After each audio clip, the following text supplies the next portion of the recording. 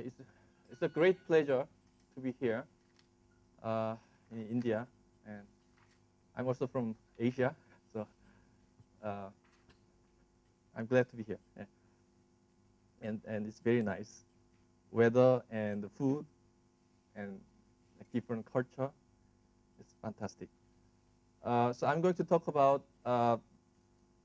my recent work on infectious disease agents, and like from the population genetics point of view, studying the human pathogens provides both great opportunities and challenges. So like they evolve very fast. So that means when we take the DNA samples from them, we are sort of observing the evolution happening in real time. And we have plenty of selection going on in these pathogens. So when you are interested in positive selection, it's a really good system. And there's public interest, which means money. So that's part of the reason I'm doing this. But they have a complex demographic dynamics and complex selective environment. And so we need to actually modify a lot on existing population genetic theory to deal with this. And there's lots of studies already being done on the epidemiology and disease ecology of these pathogens. So we need to put lots of details to satisfy these people in the field. So actually, I found it very difficult to publish the paper because they don't like it when I miss some very important sort of aspects of their biology, but there are so many important aspects of their biology.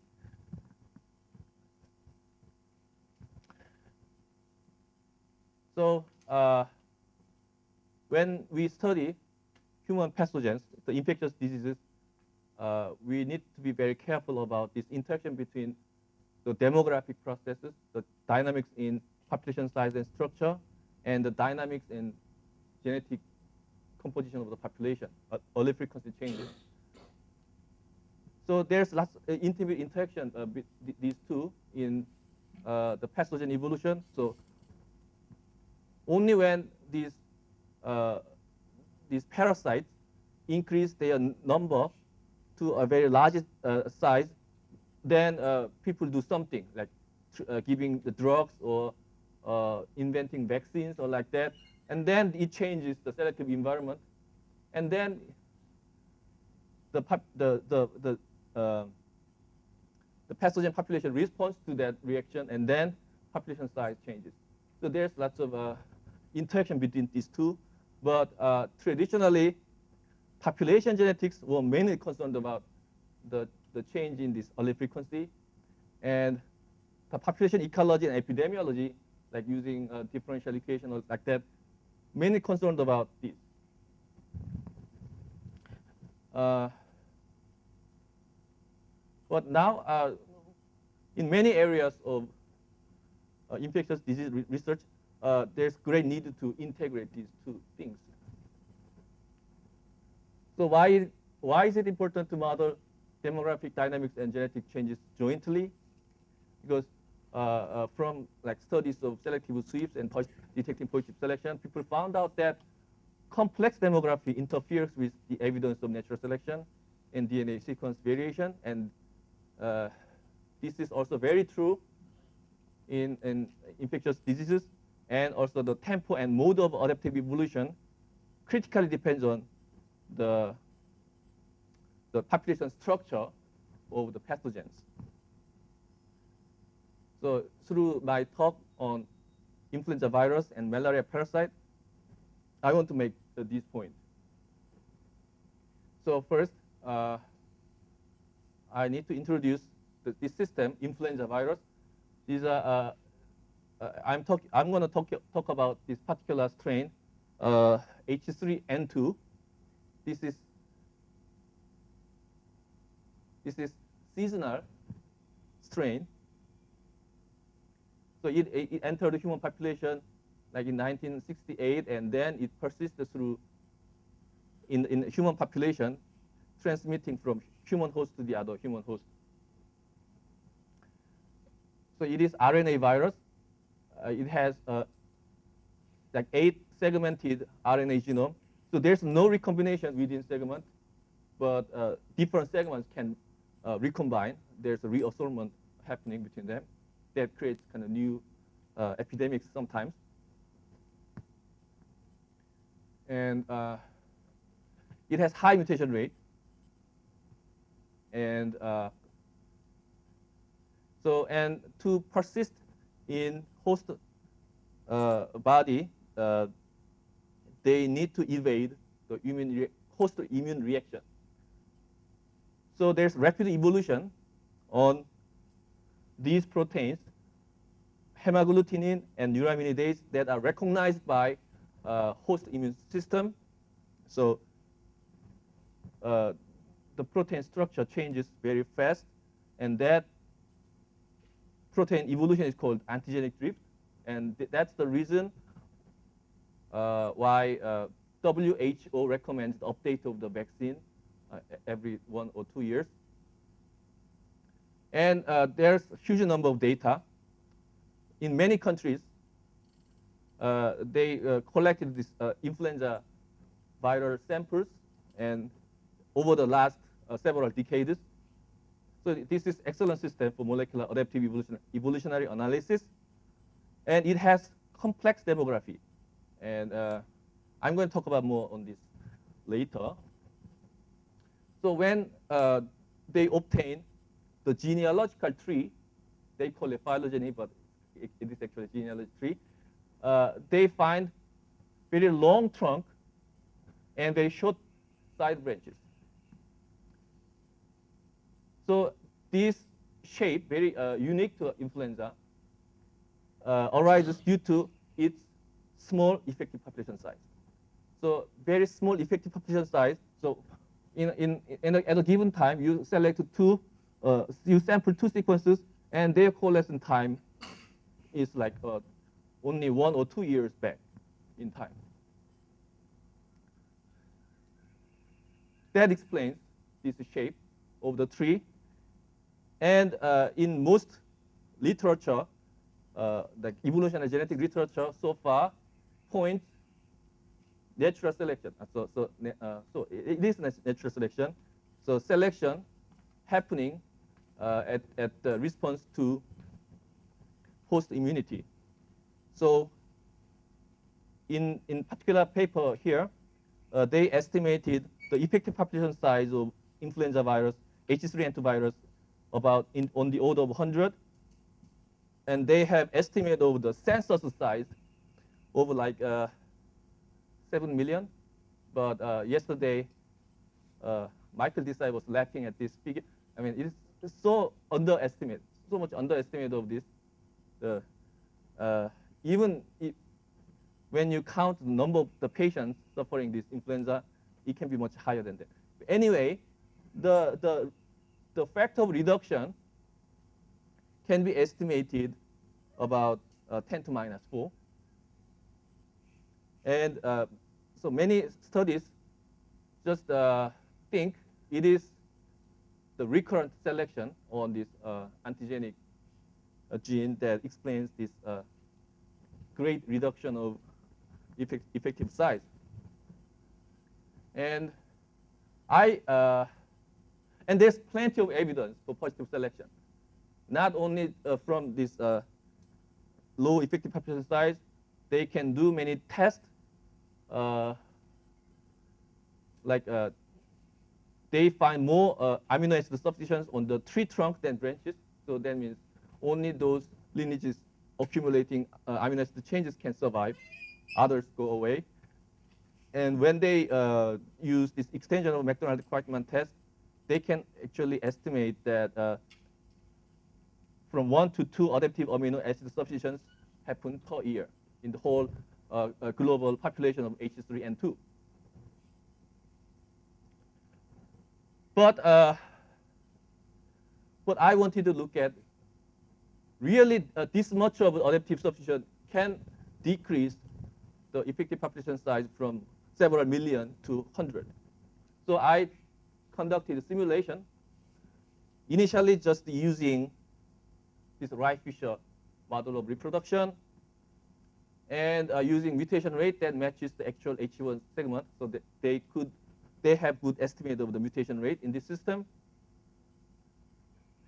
And I obtained the level of variation with this simulation scheme with different population size. So while fixing this, then I needed to adjust the rate of the adaptive mutation so that I get this fixed rate of sweep. And this is about the observed level of nucleotide diversity in this H3N2 population. And so when I use the population size of 1,000 with this the rate of sweep, then I get like this much of pi. So it is kind of difficult to get down the system into this value. And actually, the pi continues to increase with increasing population size. That was not expected on the kind of standard theory of recurrent selective sweep. So anyway, so my simulation result indicates that the recurrent selective sweeps alone cannot explain the extreme reduction of variation. This is what you actually estimate from the real data. So on the standard model of sweep, assuming the hard selective sweep, so it means when sweep happens, it has only one mutation on origin. So one mutant allele sweeps through the population, so making all the population homogeneous genetically. And in that case, it only depends how frequently the sweep is one after the other. So if the k is the rate of sweep per generation, and 1 over k is approximately the waiting time, and it turns out that the level of polymorphism should depend mostly on that, and the effect of population size should disappear. But still, we have this response to the population size, and then might be due to the prevalence of this soft selective sweep. So when if the population size increases, there's a greater chance that actually two lineages going back in time will have different mutational background. So they actually don't coalesce here. They actually get being separated until they find their common ancestor sometime. So this kind of process may explain why the pi continue to increase in response to n. And actually, there's better work done by Michael Desai, who gave a very full description of this process. So I need to actually extract this relationship between pi and n from his solution. So that's what I'm going to do soon. So then, okay, one thing very unrealistic was Wright-Fisher model for the reproduction of these viruses. So, sorry, I allowed the viral sequence to reproduce this n number of offspring in the next generation. So I used also discrete generation the modeling, and I made n distributed according to Poisson, but that's not very good for the infectious disease agent. So there's lots of bias in the viral transmission. Maybe some viruses are very successful in transmitting to many other hosts, and many of them fail to be transmitted. So I thought it's better to model this with negative binomial distribution with this parameter giving the skewness in the tail. So when this dispersion parameter is infinite, it becomes the Poisson, and then when it decreases, it has longer tail. So some lineages reproducing very fast and others failing. So there's some literature on infectious disease that in infectious disease agent, the dispersion parameter is about this. So that has the effect of reducing pi. It has an effect of reducing effective population size by the like tenfold. But this is not enough. So this tenfold reduction is not enough to explain this reduction from million to 100. So another thing I needed to consider is this, the dynamics of the pathogen transmission over the global regions. So now it is known that the movement of the whole population from one region to the other region over the season is mandatory for these viral populations. So several years ago, people just believed that there's an epicenter of this viral transmission, like China and Southeast Asia, that sends virus to all other world. But that is not true anymore. And people found out that like strain coming from the US actually seized the epidemics in China and Southeast Asia, completely replacing them. So there's no permanent hub of this transmission for this virus. So it is metapopulation. There's so many different patches of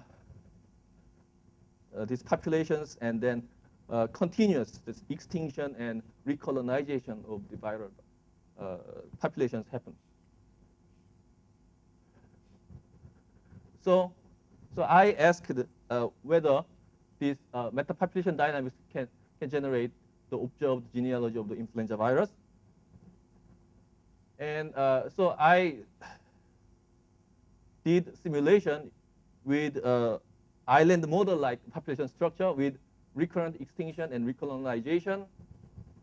So I need to recreate this seasonal dynamics. So I initially assumed there are 8 subpopulations, and 6 of them are northern dims, and 2 of them are southern dims. So they have a different sort of existence over the season. And I give I set this model of reproduction based on absolute fitness, not relative fitness, assigned to each viral lineages. So, for each population, I assign the carrying capacity, and here's the current population size of that subpopulation, and that is the number of offspring generated from particular virus. And this carrying capacity changes seasonally. So first 6 dim has its peak in winter, basically winter, and the southern hemisphere population has its peak in summer. So to allow the continuous survival of the whole global population, you have to have migration of viruses from northern hemisphere to the southern hemisphere population. So I assign migration rate to make that happen. So I have this sequence with similar length of HA1 domain and the actual mutation rate, and I adjust the carrying capacities, maximum carrying capacities and migration rate, and the selection coefficient if I want to add selection, and to yield the diversity and FST observed from the real data. So in real data, these are the observed values. So there's quite large genetic differentiation between viruses found in different countries.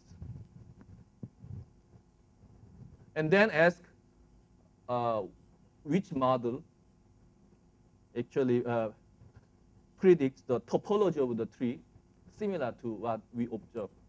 So I need some measurement of the topology of the tree. So I modified Habermas D a little bit, and then I invented this thing, the correlation coefficient between genetic distance and sampling time difference for pairs of sequences. So for this kind of tree, this is high, and for this kind of tree, it's low. So here's the real sequence with these parameters. And when I have very simple-minded model, constant population size with no selection, then I get very poor agreement with the real data. And now I introduce the metapopulation dynamics. And then still the fit of the tree is not very good. But then I twist this metapopulation model in many different ways. And there are multiple ways I can get this agreement with the real the data. So without having selection, there's many easy ways to create this tree very similar to what we observe. But that does not necessarily mean that selection is needed. I mean, there's plenty of evidence, other evidence of selection. So, okay, so now I combined all of this, the best fitting metapopulation dynamic model and negative binomial distribution of offspring and the selective shifts with this rate. And then I get similar trees as well. And then the accumulative effect of all these in reducing population size is about this. So it's on the order of 10 to minus 3. So it's still not enough to account the observed reduction of variation in viruses. So in conclusion, so all of these processes, the selection, the skewed viral transmission, and metapopulation dynamics cannot fully account for the effective population size individually or jointly. So the metapopulation dynamics alone can generate the topology similar to the observed one. So that does not necessarily rule out the existence of positive selection, but without considering this population dynamics, you will probably get maybe too much overestimation of selection just looking at the genealogy. And there's another sort of pattern in virus that were interpreted according to positive selection. So now we have like over 40 years of viral sequence data in HA1 sequence. So we can plot this kind of trajectory of each individual nucleotide variant. So given that this particular variant has got fixed in the population, we trace their history, and we find out when that mutant arose. So over the last 4 years, we observed many of these allelic substitutions at the nucleotide level.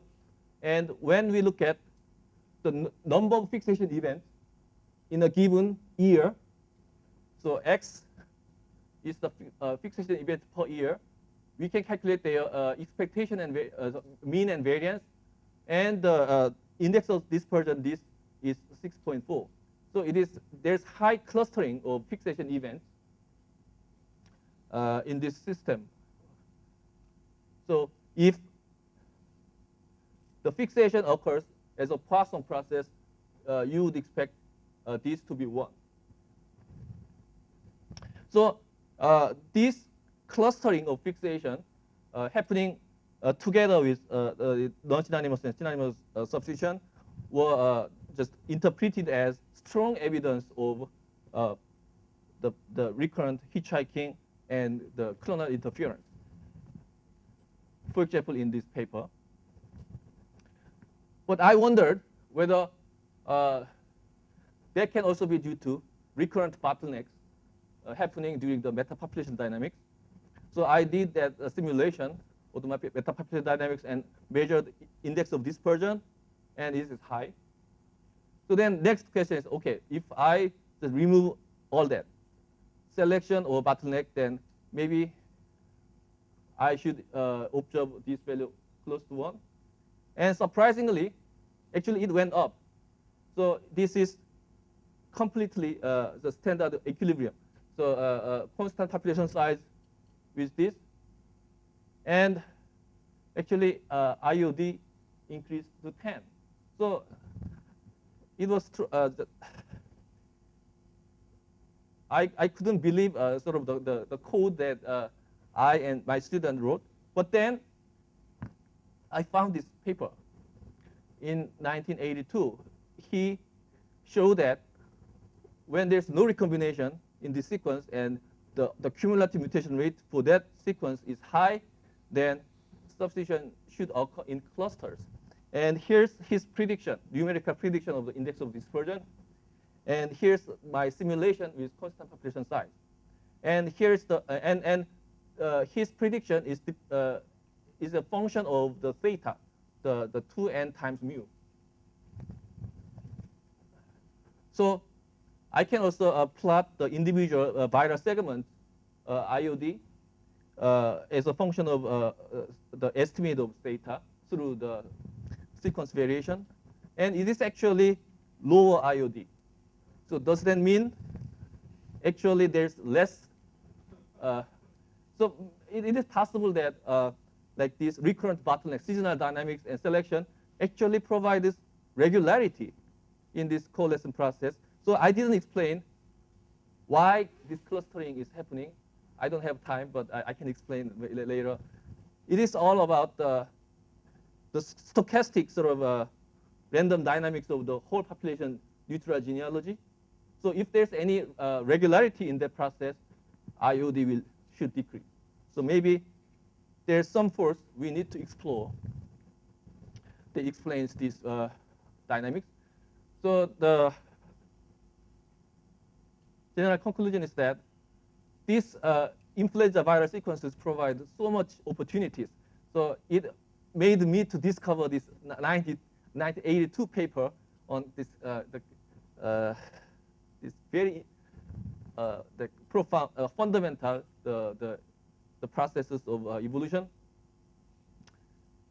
And the correct inference of adaptive evolution in pathogen is possible only when realistic demographic dynamics and its stochastic genealogy considered.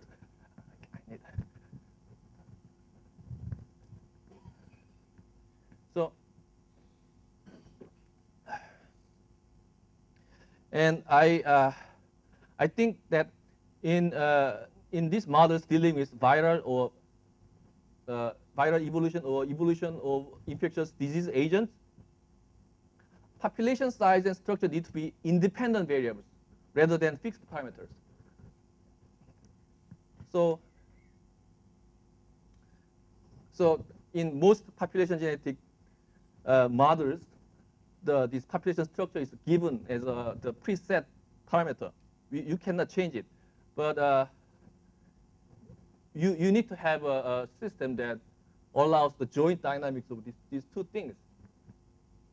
And that can be done, I think, only when you base your model on absolute fitness, not relative fitness. So to talk a little bit about this absolute fitness, so here's the system of the population. There are N1 haploid individual carrying A1, N2 for A2, and these numbers change over generations. And when you describe the change of this, you describe the whole system. So absolute fitness is the expected number of the descendants per parent. But in most PopGen models,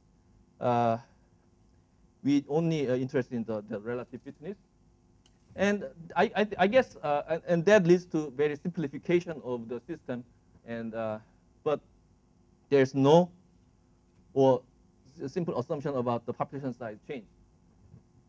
I think this is okay for many the PopGen models, but there are very important cases where this is not okay.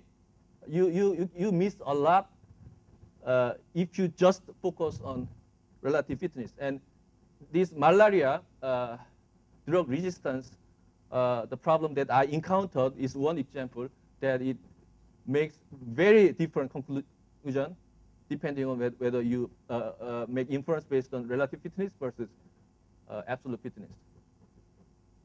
So I assume that you all know what malaria is and how it causes disease. So parasite enters human body by mosquito bite, and it undergoes asexual reproduction, and it undergoes brief phase of diploidy and the meiotic recombination when it is carried into mosquito again. And the treatment of patients depended heavily on these drugs that kill parasite within a human host. So first chloroquine and then SP, the sulfadoxine pyrimethamine was widely used drug, but now they became useless because of the evolution of resistance in these populations. So I wanted to make the population genetic models of this drug resistance evolution to answer this question. What determines the speed of drug resistance evolution? So under what conditions the emergence of the drug is maximally delayed? So there are many variables we can consider, like the transmission rate and the proportion of infected hosts that are treated.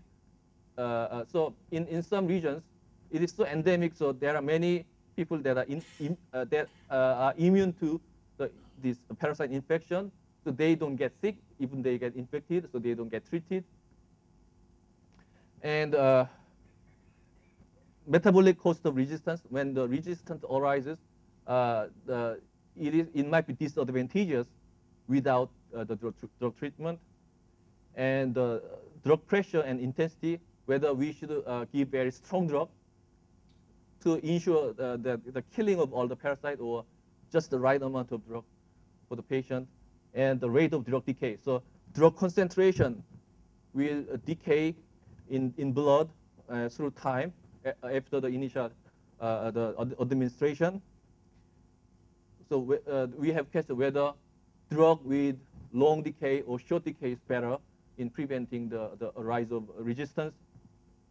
And early versus late treatment. So whether we should give drug to patient who has any kind of symptoms, so very aggressive in giving lots of drugs, or should we wait until it is really actually malaria and give drug only when they are very sick. So I need to build a model that should be mathematically tractable but realistic. And this is very important for publication, actually. And it has to be stochastic. And it has to allow the joint dynamics of genetic and demographic changes. And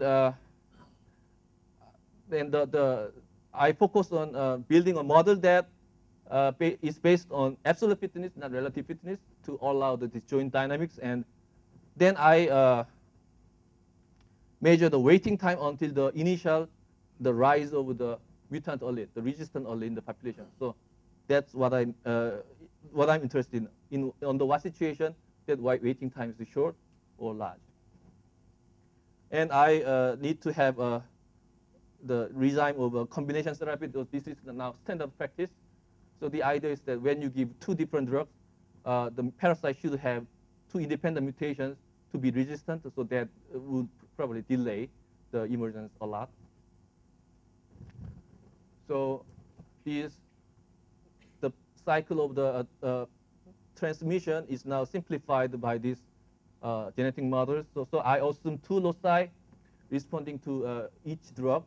So here's a sensitive allele and resistant allele to that one drug, and there's another locus sensitive allele and resistant allele to the second drug.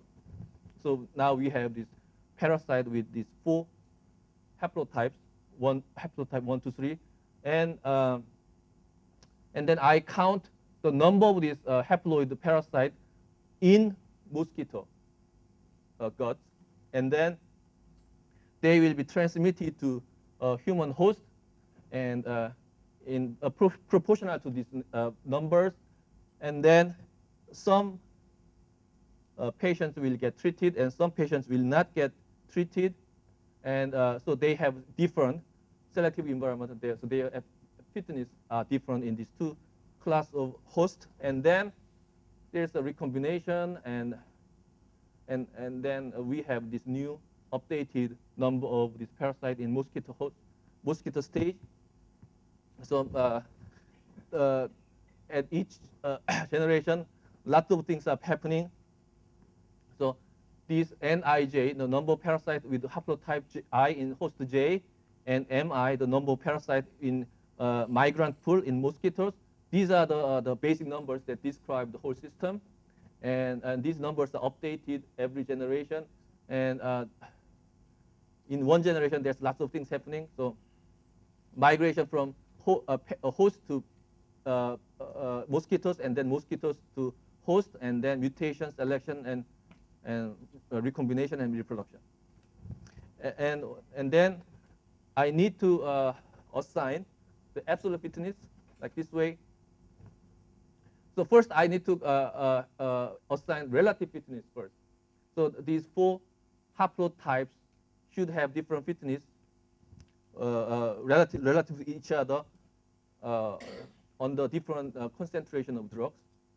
So, for example, this fully sensitive parasite has fitness as a decreasing function of the concentration of the first drug, concentration of the second drug. So this DS, the coefficient this is the effect of the drug on sensitive parasite. And then we have this single drug-resistant haplotype, and then it has different the drug effect. And this S here is the metabolic cost of resistant allele. And this concentration is 1 at the time of administration to the host, and then it maintains its maximal dose and then decays exponentially, and at this decay rate, lambda. And then I assign the absolute fitness by considering the carrying capacity of each host and the current number of host parasite in the host and the replication rate. And so drug resistance means that this DS is greater than DR.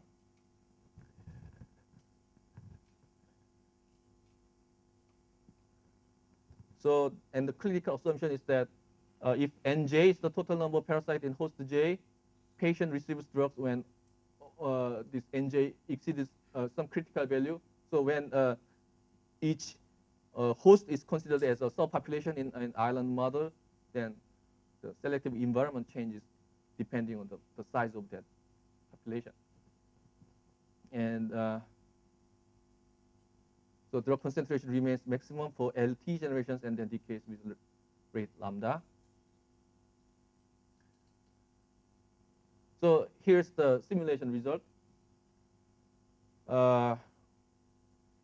These are the profile of this infection in this 4 random hosts, and these are particular hosts that where the first the appearance of single mutant resistant and double resistant the parasite appears.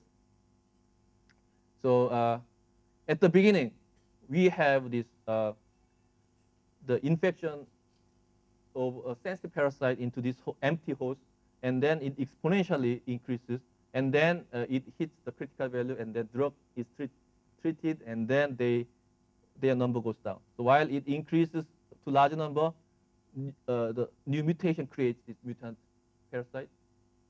Okay, 45 minutes, 5 minutes, okay. And then, so the mutant parasite have the transient existence, but even though they are small number, some of them are transmitted to the mosquitoes. So in mosquito pool, there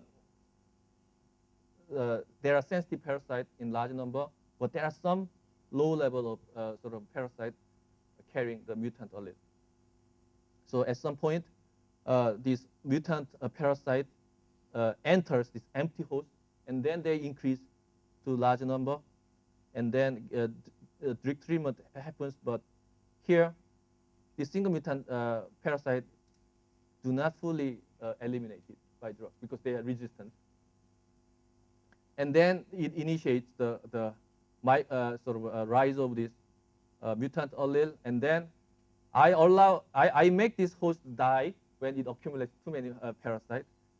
But during that time, the escape of the parasite into migrant pool happens. So that initiates the rise of this mutant allele, mutant parasite in the mosquito pool. Then eventually you have like this kind of event then that makes this host fully sort of enriched of this double mutant parasite. And then after that, the drug cannot eliminate these parasites, and it successfully spread.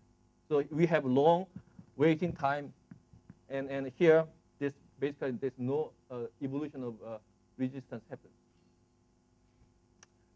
And that's because both this resistant and sensitive parasite get killed by regular dose of a drug. And I have response to this system to against many individual variables. So major conclusion is that we need to give a very aggressive drug treatment to delay the evolution of resistance, mostly and to maximize that. And so this is kind of controversial result. So there are many papers that insist that drug treatment has to be remained at minimum, very conservative, because their argument is that if you give more drugs, that amplifies this the difference in relative fitness between resistant and sensitive parasites. So like Andrew Reed sort of recommends minimization of the drug treatment. But obviously, I get completely different conclusion, and that all just comes down to this. So their reasoning is based on relative fitness. They don't have the scenario both sensitive and resistant parasite getting killed together. So so while drug treatment happens, so the relative fitness of the resistant allele increases, but the absolute number also decreases.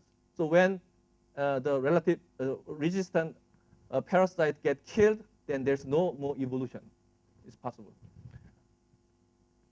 So